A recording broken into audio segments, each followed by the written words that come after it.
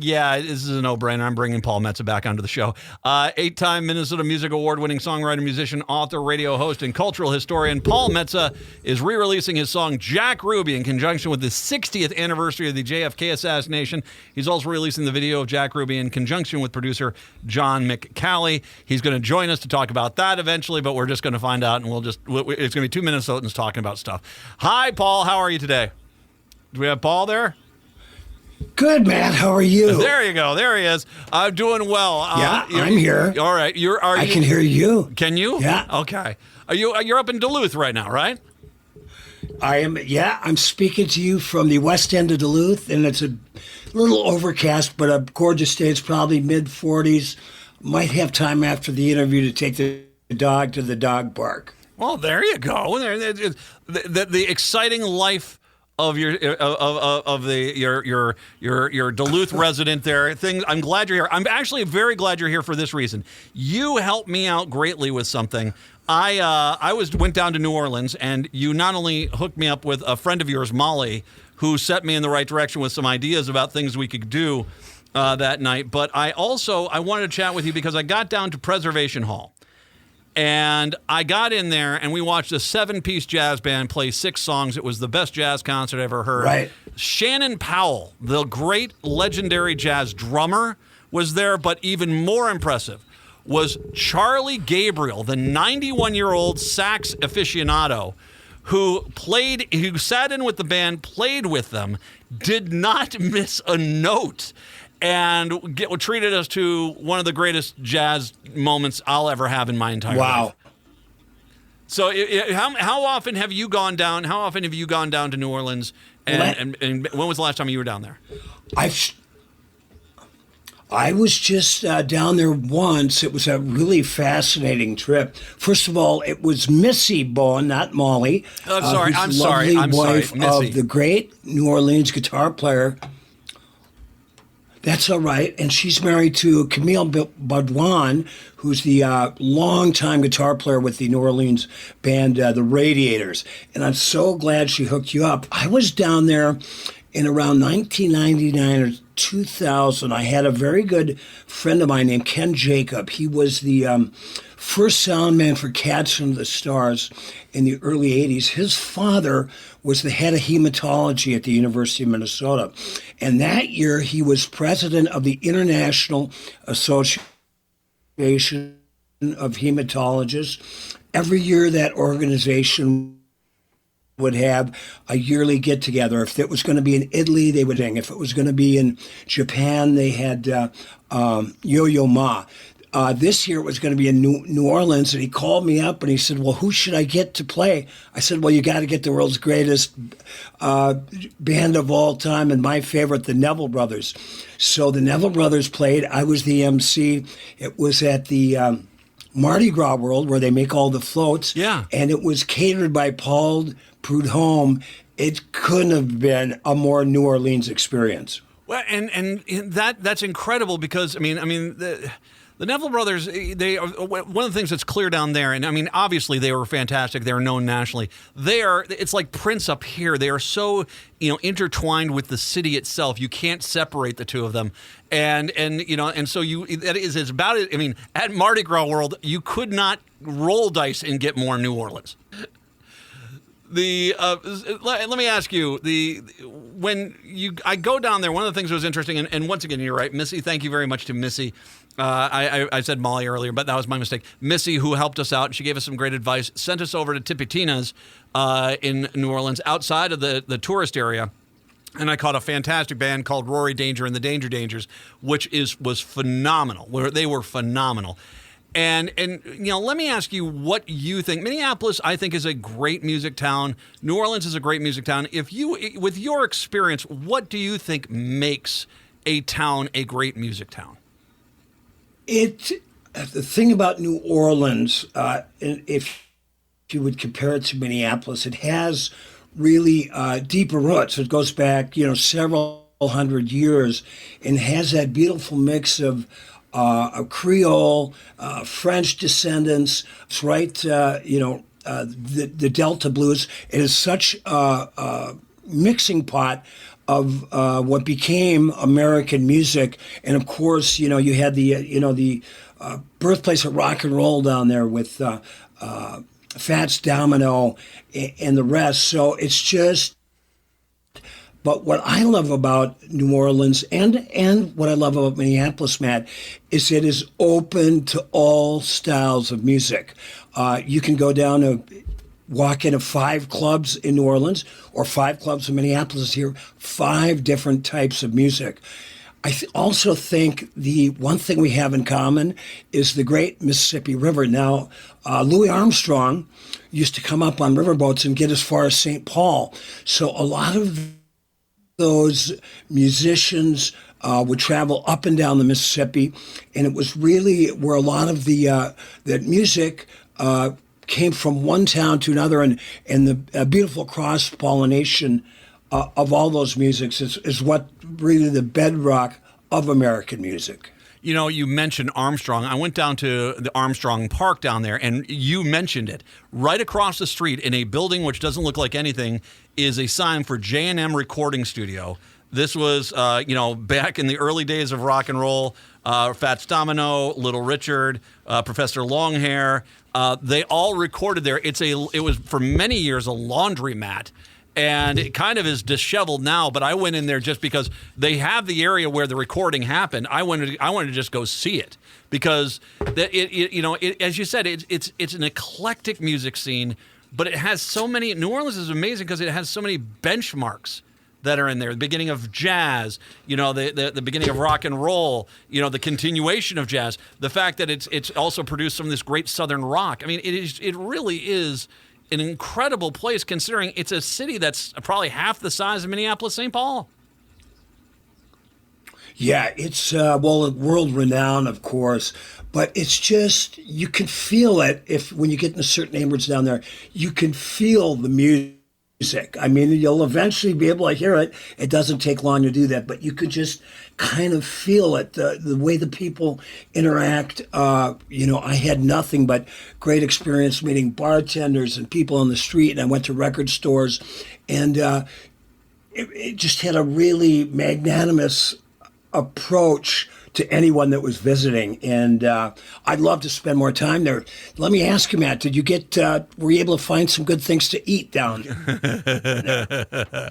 Yes, I did. Well, because there's the things which are the standards, like the muffaletta sandwich from the Central Grocer, the beignets from Cafe Du Monde. You go and do those. But I came across charbroiled oysters over at the Royal House. Unbelievable. And, as well as also the po' boys and the gumbo, the jambalaya, got some blackened catfish. It just was all amazing down there. And the thing, which is, another thing about this city, which is amazing. I went out to the New Orleans Museum of Art. I went out there. They have a cafeteria. I had a fried chicken banh mi chicken sandwich out there, which was also just sensational. You cannot, in a city like that, where there's that standard, I mean, sure, I guess you get out on Bourbon Street, you kind of get the drunk food that's out there, but overall, you can't have bad food in that town, and it shows because everywhere I went, the food was just amazing. Yeah, well, what a wonderful trip. Was it just something you decided to do for you and your wife to go down on vacation, or did you have business down there? What'd you do? No, it was basically an anniversary trip. We got married in May, but we just we kind of did it in November, and we also, my wife came up with the idea, since I'm a veteran of the Army, I went down to the World War II Museum, which is down there. And if you get the chance to go to that, holy gosh, was that just an amazing museum. Could be one of the greatest museums I've ever been to. I spent 4.5 hours in there. I didn't even really see, I probably say a little more than half of it at 4.5 hours. It really was amazing. I'm really grateful I got there. But yeah, we went down there. It's funny, for a guy that doesn't drink, to go to New Orleans is an interesting thing because it is kind of such geared on it. But you can fall in love with the alcohol aside. You can fall in love with that Southern culture, the music, the food. The art, dear gosh, everywhere you look is just it's a photo ready to be taken. It really is amazing. And so I love going there. And there are great music towns in this country. Chicago's a great music town. Obviously New York is a great music town. New Orleans is just stunning because once again it's for a city that's got all that it's got, it seems that you'd think it'd be a much larger city, and it's just not. It's just about, like I said, half the size of the Twin Cities. And it also has a lot of the great old architecture. They haven't been like a lot of other cities where the building's 100 years old, let's tear it down. So you've got visually, it's a wonderful, it's just a wonderful place to just look around and see all the old buildings and the churches. And did you get to Congo Square? Yes, I did. That's up in Armstrong Park and for people that don't know, Congo Square is an area that at one point that was kind of where that when the city had slaves, the slaves would go up there. It's kind of north of the French Quarter. They'd go up there and they'd hang out and they'd get together. There'd be music and activity there. And eventually it became known for kind of as a place for voodoo.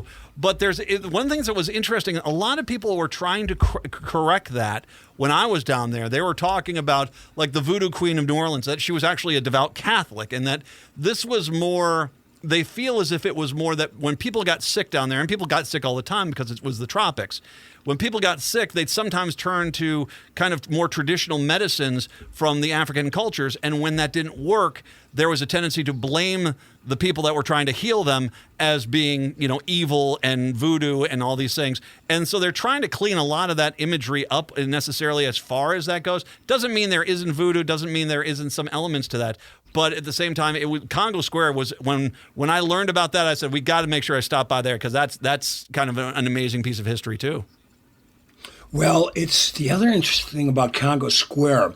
When the slaves would gather there, of course, there was so much percussion and so many hand instruments playing percussion that what I've heard that a lot of times slaves and then tribes would communicate with different drum patterns. And that's when my band Cats and the Stars started to play in Minneapolis quite a bit in the early 80s. There was a fellow named Mike Starnes who worked for City Pages who spent a lot of time in New Orleans. So he'd bring back all these tapes of the Neville Brothers and the Meters. And so my band, we were probably one of the first bands along with Willie and the Bumblebees that were playing a lot of those New Orleans rhythms. And that's probably the one thing New Orleans owns is just the polyrhythms, magic and the voodoo of the rhythms. Oh well, and it's music that it can't be taught. It's something you have to learn through time. And I think that is, there are so many people there that are dedicated to music 24/7, 365. I think that's one of those things that can happen. I would love to see something more like that up here. I mean, like I said, I think Minneapolis has got a great music history. You've got going from Dylan to Prince. You've got a lot of, the Replacements. You've got, Lizzo. You've got a lot of things that happen here. But you got great blues, you got great jazz, you got great country western. You have all the elements here. I wish we could granted we're not in a warm enough climate where we can have people walking up and down the street and have music there all year long. But I would love to see them do more here because there is something that's addictive to a city that you go in and everywhere you turn there's music playing.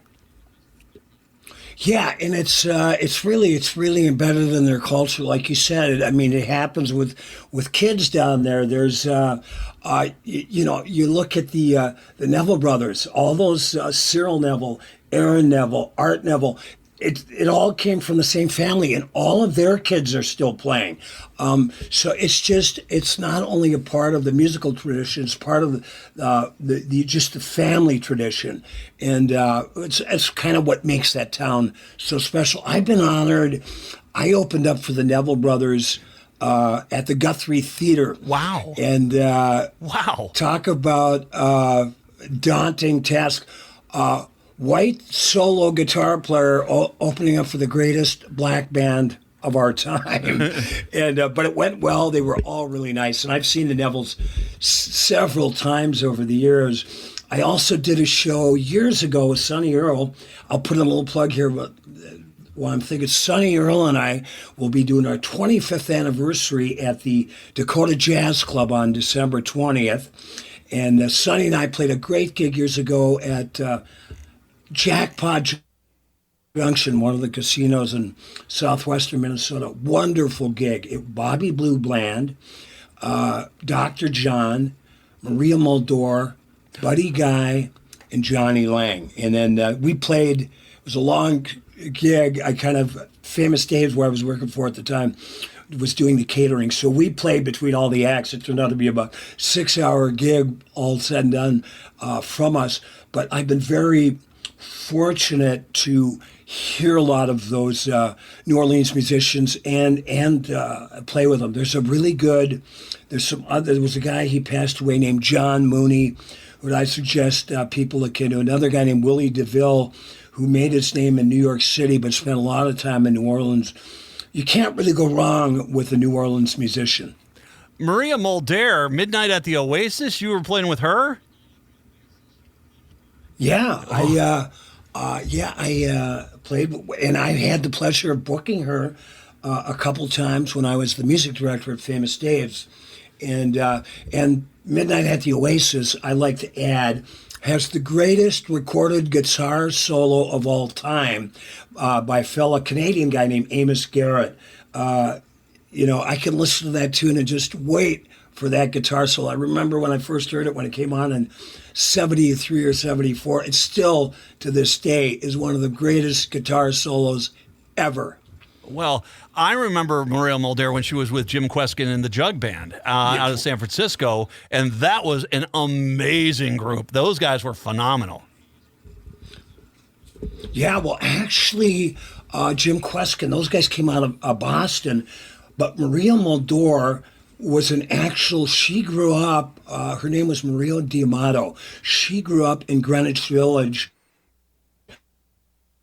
And so she was, I got to know her. I did an interview with her on the Wall of Power Radio Hour years ago. I think we were celebrating Bob Dylan's 75th birthday.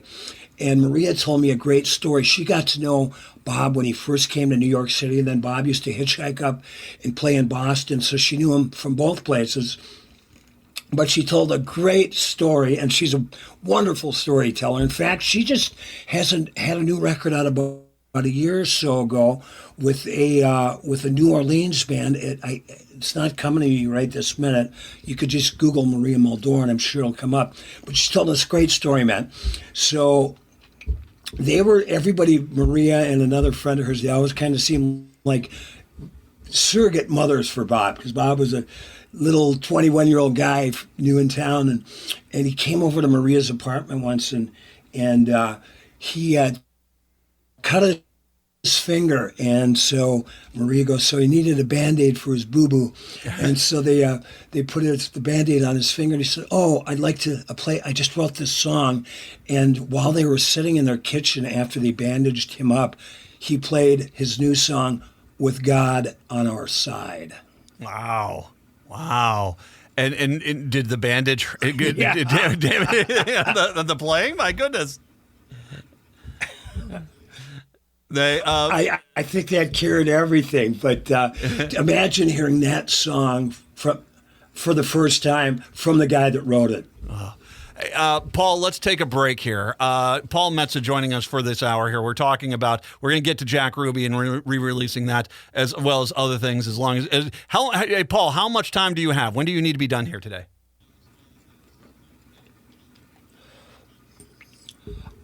We could go to the end of the show. I'd love to. Oh, beautiful.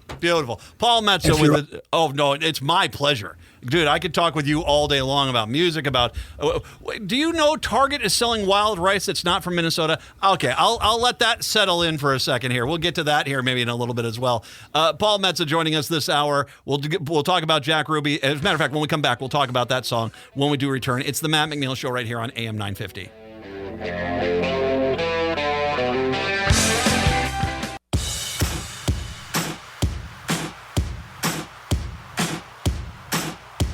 AM 950, the progressive voice of Minnesota, the Matt McNeil Show. Paul Metsa, kind enough to join us today. as he is going to be re-releasing his song Jack Ruby in commemoration of the 60th anniversary of the assassination of JFK, which is hard to kind of even comprehend that date. It was 60 years ago that happened. Paul, let's talk about that right now. What prompted you to say, you know what, I want to revisit this song and re-release it for the 60th anniversary? Well, let's go back a little bit, if you don't mind, Sure. and tell the story about the genesis of the song. I was, like a lot of people out there in the listening audience, Matt, I was 7 years old when I saw Jack Ruby shoot Lee Harvey Oswald on television. Of course, we were all just in just suspended grief from the assassination of the president, and then it was wall-to-wall TV coverage of the events and what was going on in D.C. and the upcoming funeral. And but as a young 7-year-old growing up on the Iron Range in Virginia, Minnesota, it was the first time evil had the concept of evil had ever entered my life. So I was, incredibly stunned by it, as were millions of others. But really, in retrospect, it was almost the first reality television.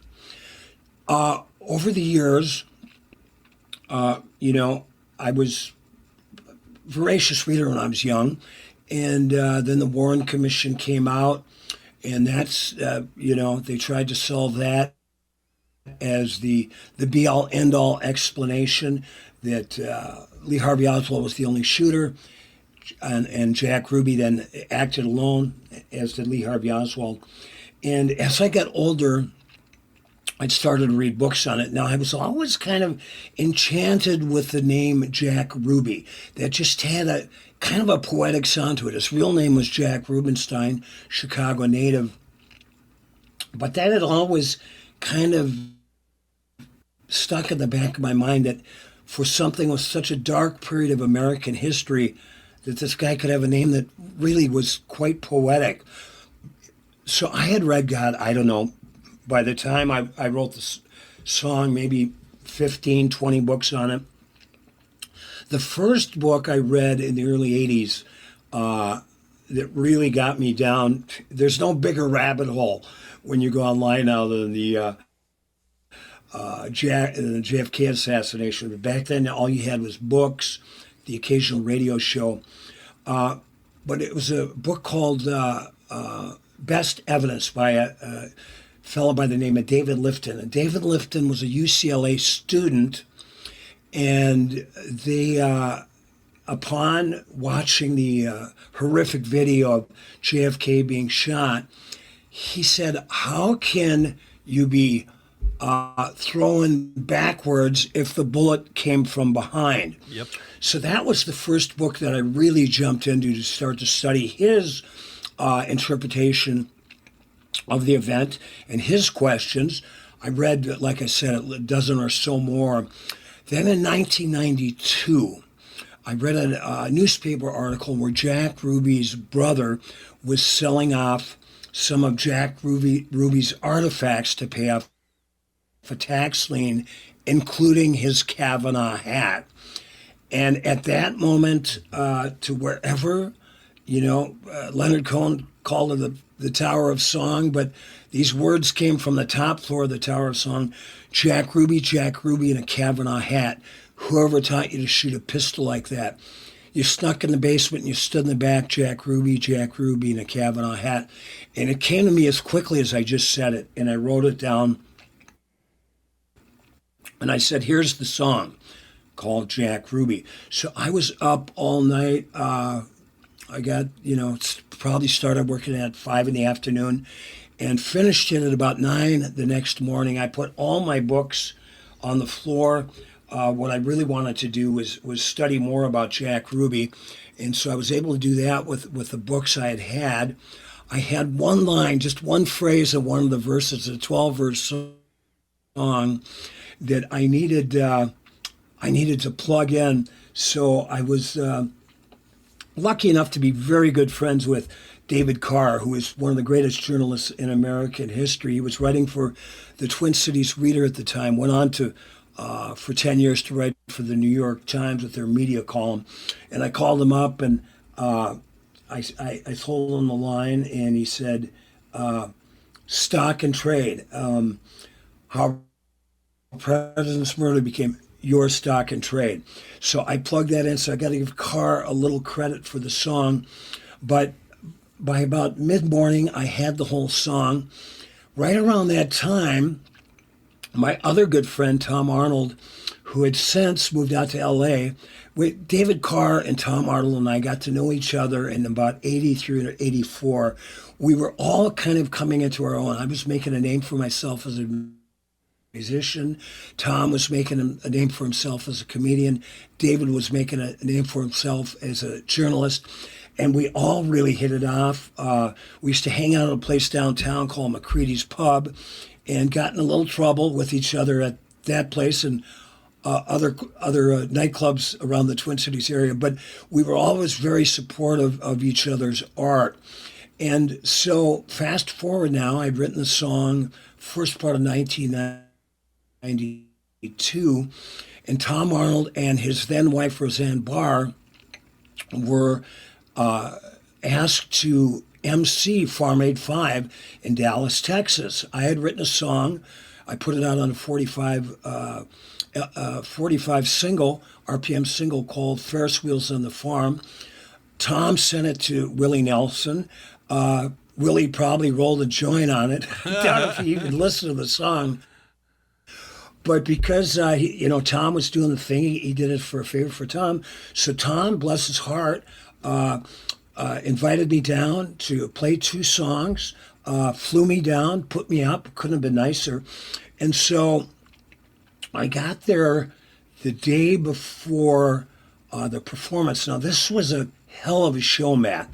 Headliners were Willie Nelson, Neil Young, John Mellencamp, Paul Simon, Leonard Skinner, Joe Walsh, really a cast of thousands, a lot of great Texas musicians like my good friend Joe Ely and others. So we went there, my friend Tom Latimer and I went there the night before to check out the sound check. When I go into a new town, I always like to, if I can get into the venue a night before, I'd like to get a feel for where the gig's going to be. We happened to be there in Texas Stadium during the sound check. And so we're just kind of hanging out in an empty stadium. And I'll never forget, Paul Simon was trying to teach Willie Nelson's band, The Boxer. And I just read a thing yesterday how many guitar players had to actually perform on that recording of The Boxer by Simon and Garfunkel. It's a very complex tune. And at one point, Paul just kind of, threw his hands in the air and said, it's not going to work. Willie's band was great. They could follow Willie like rattle on a, rattlesnake's tail, but it wasn't so easy following Paul Simon. Well, anyway, that day I was supposed to play my song Ferris Wheels on the Farm and another song I'd written called Slow Justice. And I asked myself the question that I've asked myself over the years when I get in these situations, and that is, what would Woody Guthrie do? And I said, yeah, I'm there. I'm supposed to sing Ferris Wheels on the Farm, but I have this hot new number called Jack Ruby. I'm probably within 10 miles of Dealey Plaza at that point. So I debuted Jack Ruby at Texas Stadium in front of about 20,000 unsuspecting Texans. You could track that performance down. Farm Aid put it up several years ago on YouTube. I played my other song, Slow Justice, that I wrote in 1984 for the P9 strike in Austin, Texas. But I changed a line for that performance to kind of shadow what was going on in the news. And that line went, someday those in Congress will have to swallow a bitter pill. They believed Clarence Thomas, but I believed Anita Hill. So anyway, I was kind of Johnny on the spot with my protest songs that day. When I got done playing, I went backstage, took off my guitar, and we played earlier in the day. It was about a 10-hour show. Tom was nice enough to take our recorded performance and put it in the national broadcast of Farm Aid that was on CMT network that night. But when I got off stage, I walked by Willie's bus, and Chris Christopherson got off, and there was plumes of smoke coming off Willie's bus. I mean, I literally got a contact eye just from watching that door open. But Chris and Willie were watching the broadcast on the TV in the bus, and Chris came out to me personally and looked at me and he said, "Man, that was really good." He goes, "I haven't heard songs like that in years." So that was just one part of a really amazing afternoon. And then to top it all off, we were sitting around, and it was heavy duty. I mean, the performance. So I can't remember what order it was, but Neil Young went out and played Southern Man, and then Leonard Skinner went out and played what's their Southern song they name check Neil Young, Sweet Home Alabama, and so it was there was politics and revolution in the air. So we're hanging out afterwards in the green room, and Dennis Hopper was one of the MCs. So we're hanging out with Dennis, and I gave him my CD, and I always carry my CDs around at gigs like that, or when I'm walking around New York City, because you never know who you're going to bump into. David Carr used to, when we'd go backstage at a concert in Minneapolis, he would always refer to, Metsa just slimed the headliner again with one of his records. Uh-huh. But so we're sitting there, Matt, and who walks in but the Dallas Cowboy cheerleaders? And so they said to myself and my buddy Tom, they said, "Would you like the den mother of the Dallas Cowboy cheerleaders said, would you like a picture with the girls?" I said, "Oh, yeah, we would definitely like a picture with the Dallas Cowboy cheerleaders." So the picture from that day, that was my Christmas card for the next year, to the dismay of a lot of my feminist friends, and I consider myself a feminist, but it was kind of like Metsa with the Dallas Cowboy cheerleaders. That's only going to happen one time in my life. But what was interesting about playing Jack Ruby for the Texas audience, my friend Tom took a picture of two Dallas cops looking up at the Jumbotron while I was playing, and you could tell by the looks on their face that said, "What the hell does this Yankee think he's doing?" Oh, yeah. But, Matt, I live to tell the story. Well, that is gutsy, because you have to remember that's they don't want. Texas has got a very different mentality towards that, what happened there, than the rest of the country does. So bravo to you. Now, okay, were you in the picture with the Dallas Cowboy cheerleaders and Dennis Hopper? Was Dennis Hopper part of your Christmas card? No, he wasn't. Although I have a picture of Dennis and I, but I'll text the photo of myself and the cheerleaders. It's nice. They're delightful dozen Texas gals. They could have been nicer. That's one of the greatest stories ever. So you put out this is by the way, is Farm Aid 5, and did you get a chance to, speaking of Willie, did you see Willie in the Rock and Roll Hall of Fame broadcast? Him getting inducted into the Rock and Roll Hall of Fame. Did you see any of that? I saw just a clip of it, and anytime I've seen Willie, like when they did the 90th birthday party at the Hollywood Bowl, that's, I guess, coming out as a special, I have nothing but tears in my eyes when I see that guy. Now he sits on a stool. I did see him at Target Stadium about 4 years ago, and his guitar player had passed away, Jody Payne. So Willie took most of the guitar solos. His sister Bobby was still playing, and it was a smaller band. But I've seen Willie 15 times over the years. He's like one of my biggest heroes. But when you see him now, sitting on that stool at 90 years old, I can't help but tear up. I mean, I just love the guy. Oh, no, my dad was a huge fan. I grew up with Willie Nelson. And watch him there. And at the Rock and Roll Hall of Fame, they go through the Farm Aid, and you don't realize how he was right from the beginning that you're trying to wipe out the family farm, and you realize at the end that all the good work that he and Mellencamp did on Farm Aid, you were at Farm Aid 5 in Dallas in '93, all these Farm Aids he did, it was basically they were going against the stream, but they kept doing it because they believed in the family farmer. And if that's not the most American thing I've ever heard, I mean, being part of that, being part with all these people, the Dallas Cowboy cheerleaders, the cops in the stadium getting mad. I mean, it is, you're fighting for America here, and you're fighting with a guitar as you do it. And it's just, it shows in the story you just told. Well, it's Brownie McGee, the blues player, played for years with Brownie McGee and Sonny Terry. It's one of my huge heroes. I learned a lot. I stole a lot of Brownie's licks. He had two great lines. One was, "My guitar is my weapon against the world," and his other great line is, suits and ties, they just don't harmonize. Wow, that could be my mentor right there. Yeah, you never you never do your show with a suit and tie. I know that for a fact. I look at Stein when he does it on Wednesday. I'm like, what are you doing, man? I got into this job because I could do T-shirts and shorts the entire year.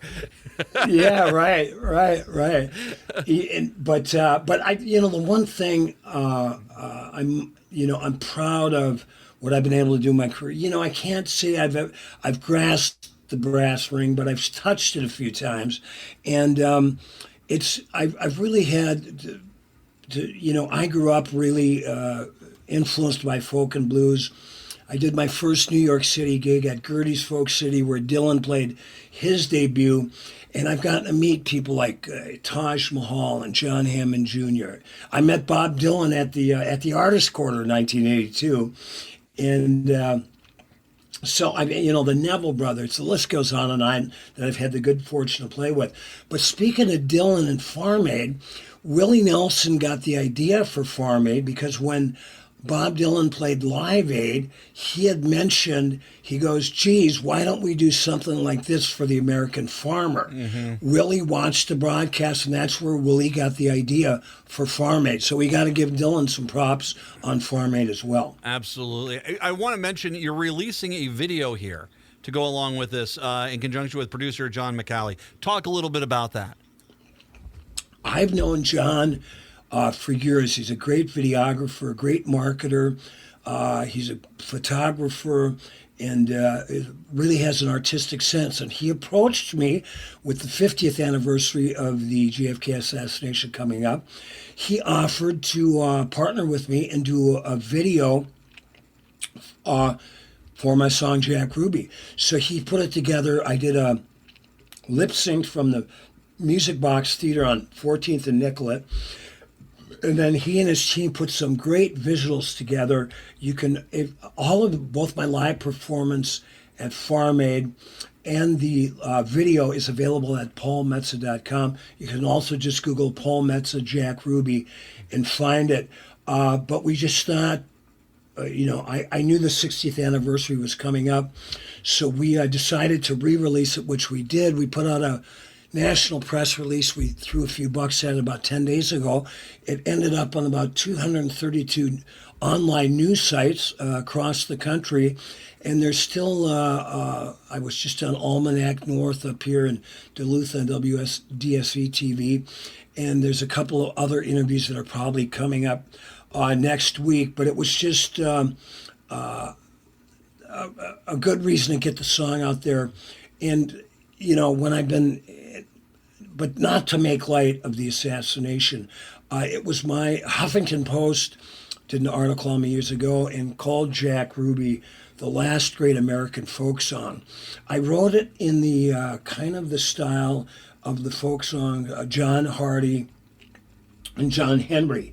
And so I think the song has stood the test of time. I didn't point out anyone in particular, but there's so many theories about who was behind the assassination. So I did name check the CIA, what was going on behind the grassy knoll, happening in Texas County, the land of LBJ, and or did the mob or oil money get in the way, as the lyrics go. There was an interesting book that just came out that I just ordered called The Last Witness by Paul Landis, who's 88 years old. He was a young 24-year-old Secret Service agent on detail that day in Dealey Plaza. He found, and this was under wraps for years until the book came out, he found a bullet that was behind JFK in the limousine that he had put, when they went to Parkland Hospital, he put the bullet on JFK's stretcher. Somehow that bullet ended up on John Conley's stretcher, and that became the bullet that they referred to as the magic bullet that supposedly went through Kennedy and then went through Conley and then ended up basically untouched on Conley's stretcher. So it once again raises questions. It'll never be solved, but it's kind of been a bit of a lifelong fascination with me. There's a 3-day event going on at Duquesne University in Pittsburgh this week where a lot of the people are getting together, various authors. I just spoke with a guy named Danny Singer, author, has a new book out called Jack Ruby, and that's going to end up on my doorstep here in just a few days. So it's the continuing mystery wrapped in an enigma, wrapped in a mystery. And I was glad I was able to present my view in song, kind of as what it's kind of folk singing 101. If you can do it, do it. Well, and if I can say, when you look back at the great, someone like Woody Guthrie, who is singing about what he saw in America, here it is the same exact thing. You're singing about what you saw, and you're not about to basically, in the case of playing in Dallas, you took the opportunity to sing it there as opposed to hide from singing it there. And that's, I think, why that song has now become, is considered one of the great American folk songs. It's good that you're releasing it, and I'm glad. I got two things here. First of all, I do want to thank you greatly for getting me in touch with Missy down in New Orleans, because she was phenomenal, and I owe you for that one, my friend, because she drove us definitely in the right direction, so thank you for that. Yeah, and she's also a DJ. Occasionally, they live outside of Marine St. Croix, her and Camille, but she occasionally still DJs that she has fairs on WWOZ. I don't know if you got a chance to hear that wonderful radio station in New Orleans. I found it. I found the station. That's the station that's right down there by the French Market. It's exactly. Yeah. I found the station. I almost went and knocked on the door and said, "Is Missy here?" I don't think they would appreciate that. I also want to put you on point right now. I'm going to have you back. We're going to do an hour with you over the holidays if we can, because we did it last year. It was an absolute great hour. It's these kind of stories that I can't pass up. So let's talk. Let's find out what time we can get in and record you, and we can do one of the brand new to you shows that we do over the holidays with you for an hour, if that's okay. Great, and then I've got my song "Christmas at Molly's," so it's about that time of year to re-spark that one and get it out there on the airways. But man, it's always a pleasure. I can't believe we spoke for a whole hour and we didn't even say anything about pasties. I didn't speak. You said you were good. I'm not going to get in the way. I can talk about Wild Rice Day. Here's the deal. We're going to take a break. When we come back, Paul, we're going to play the full Jack Ruby for everyone out there to take us out on a Friday. Okay? Beautiful. Thanks. Paul Metsa, everybody. American legend. An absolute freaking American legend. An absolute freaking American legend. God, I can't tell you how cool it is to get to sit and just chat with the guy and hear the stories, because it's some of the best radio I'll ever do. I love talking with him. I love this. I love Paul Metsa. He's fantastic. Jack Ruby, look for the video. Go get the song. Request it from your favorite radio station that plays music. But I'll tell you what, today we'll play some music when we come on back. Jack Ruby, when we do return. It's the Matt McNeil Show right here on AM 950. AM 950, the progressive voice of Minnesota, is the Matt McNeil Show. A quick little reminder, I got Native Roots Radio, I'm Awake, that's coming up here in the 5 o'clock hour. Make sure you stick around for that. We are gone for the rest of the weekend. Have a fantastic weekend. To play us out on a Friday, it's Paul Metsa, Jack Ruby, right here on AM 950, the progressive voice of Minnesota. Have a good weekend. Until next week. See ya. Jack Ruby in a Kavanaugh hat. Whoever taught you to shoot a pistol like that? Oh, you snuck in the basement and you stood in the back. Jack Ruby in a Kavanaugh hat. Jack Ruby, you were 15 years old. On the south side of Chicago, you looked up to Capone. Stole girls' lunch money and beat boys on the way home.